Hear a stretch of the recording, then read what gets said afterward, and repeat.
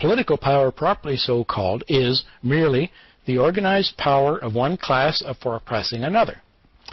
If the proletariat, during its contest with the bourgeoisie, is compelled by the force of circumstance to organize itself as a class, if by means of a revolution it makes itself the ruling class, and as such sweeps away by force the old conditions of production, then it will, along with these conditions, have swept away the conditions for the existence of class antagonisms and of classes generally, and will thereby have abolished its own supremacy as a class.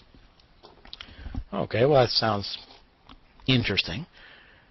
Is there a single piece of evidence to show where, from the 1870s and 80s and 90s in Western Europe, that took place? No. In Eastern Europe? No. Amongst the Cambodians, or the Zimbabweans, or amongst China, or amongst Russia? No.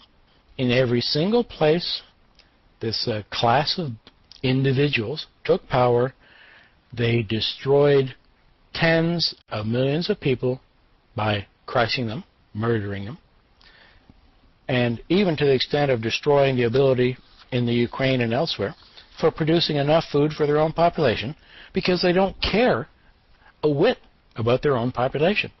You have it today in Zimbabwe. Rhodesia used to feed 1/3 of southern Africa. So that small, productive nation used to feed 1/3 of southern Africa. What do they feed today?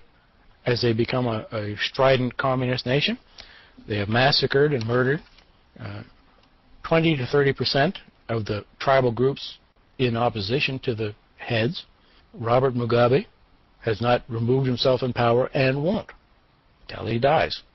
They institute themselves as kings.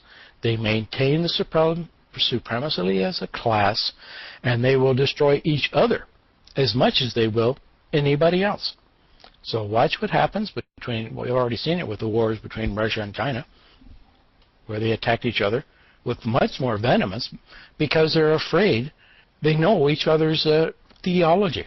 So I'm calling this a theology, not just a better way of living.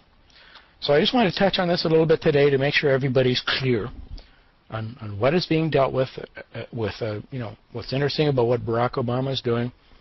But really all of us are living under a communist system. It's correctly called soft communism. And the end time should be interesting for us to watch. It certainly won't be pleasant because it's we should have just done what God told us, and our circumstances would be much better. So this is a long document. I want to publish the whole thing, and people can read it, and they should really, if you have nothing else to do one day, just read it so you're clearer. When terms like Stalinist or Marxist and Leninist come up, you're sure you're clear on what it is they're talking about. So we understand it's all bad, but it is implemented in the whole of the Western world. It is in place. Every single one of those 10 articles I read today is in place. So I will close with that, and